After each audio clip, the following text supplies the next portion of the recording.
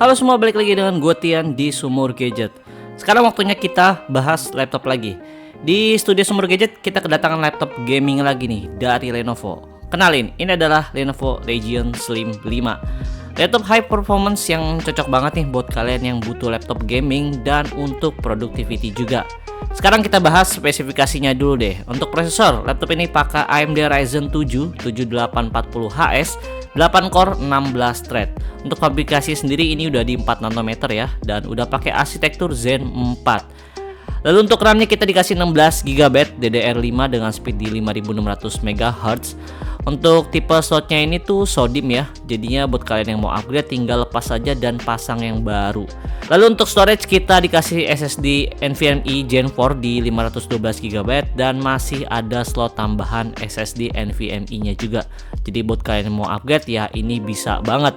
Selanjutnya untuk VGA discrete-nya menarik nih karena udah pakai RTX 4060 laptop GPU dengan VRAM-nya itu sebesar 8 GB. Dan untuk maksimal TDP-nya ini tuh bisa sampai di 140 watt ya. Untuk konektivitas laptop ini udah pakai Wi-Fi 6E dan Bluetooth 5.2. Lalu kita juga dikasih Windows 11 Home dan Office Home and Student 2021. Terakhir untuk baterainya kita dikasih lumayan cukup besar ya di 80 watt hour. Untuk desainnya ya sebenarnya ini adalah desain yang hampir sama ya dengan seri-seri Legion Slim sebelumnya.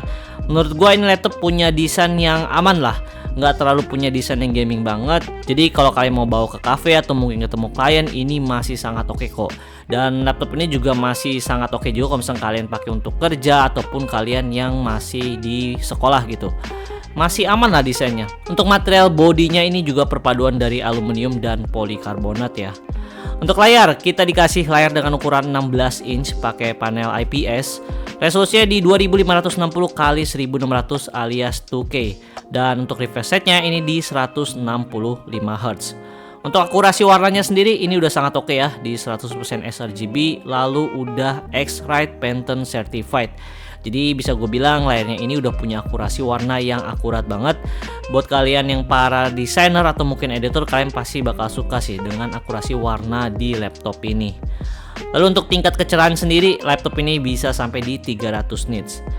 Move ke bagian atasnya, kita udah dikasih webcam dengan perekaman maksimal di 1080p 30 fps dan udah ada fitur noise cancellation-nya juga. Jadi kalau kalian mau meeting online ini harusnya udah lebih dari cukup. Di bagian speakernya kita udah dikasih 2 stereo speaker. Untuk suara dari speakernya ini udah cukup oke ya, cukup lantang. Kalau kalian mau main game dengan speaker bawaannya ini bisa gue bilang masih cukup aman lah. Cuman kalau buat gue pribadi paling yang kurang itu di bagian bassnya aja sih, masih kurang gede aja menurut gue. Lanjut ke bagian portnya, di sebelah kiri ada 2 USB Type-C 3.2 Gen 2 yang udah support DisplayPort. Lalu kalian juga bisa ngecas juga di sini dan support sampai power delivery di 140 watt. Lalu satu lagi ada port 3,5 mili audio combo jack. Di sebelah kanan kita udah dikasih 1 slot SD card dan ada kamera switch juga. Terakhir di bagian belakang kita udah dikasih 2 USB 3.2 Gen 2 Type A. Lalu ada port Ethernet, lalu ada 1 port HDMI 2.1 dan terakhir ada 1 port DC-in untuk charging. Lanjut ke bagian keyboardnya. Nah ini nih yang menarik nih, karena keyboardnya ini kita udah dikasih ukuran yang full size. Dan untuk feel typingnya sendiri, wah ini favorit gue banget sih. Dari dulu keyboard Lenovo tuh nggak pernah ngecewain sih. Asik banget kalau misalkan dipakai untuk typing. Untuk keyboardnya ini juga udah ada backlight RGB-nya ya, dengan 4 zona warna yang kalian bisa customize di software Lenovo Vantage. Nggak cuman itu aja, kalau kalian suka main game bisa juga customize makro di bagian keyboardnya. Lagi-lagi ini kalian bisa customize di software Lenovo Vantage ya. Di bagian touchpad-nya kita udah dikasih ukuran yang lumayan gede ya. Jadi kalau misalkan kalian nggak pakai mouse ya harusnya ini nyaman-nyaman aja untuk sekedar browsing-browsing. Sekarang kita uji performance-nya yuk. Software yang pertama 3D Mark Timespire dapat total skornya di 10.360 dengan graphic skornya itu di 10.273 dan untuk CPU skornya di 10.883. Lalu untuk Firestrike dapat total skor di 23.599. Lalu gue coba juga Timespy Extreme Stress Test, hasilnya laptop ini lolos di 98,5%.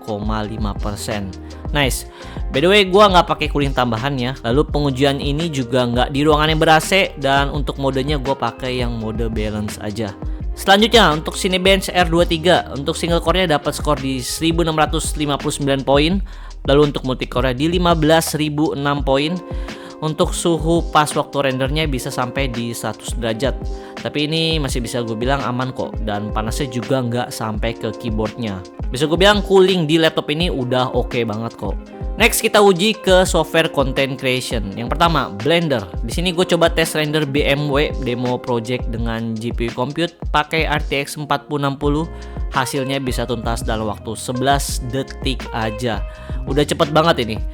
Nah, selanjutnya gue juga coba render hanya dengan CPU aja alias CPU compute. Hasilnya bisa selesai dalam waktu 2 menit 43 detik. Lanjut, Adobe Premiere. Render project video 1080p dengan durasi 11 menit.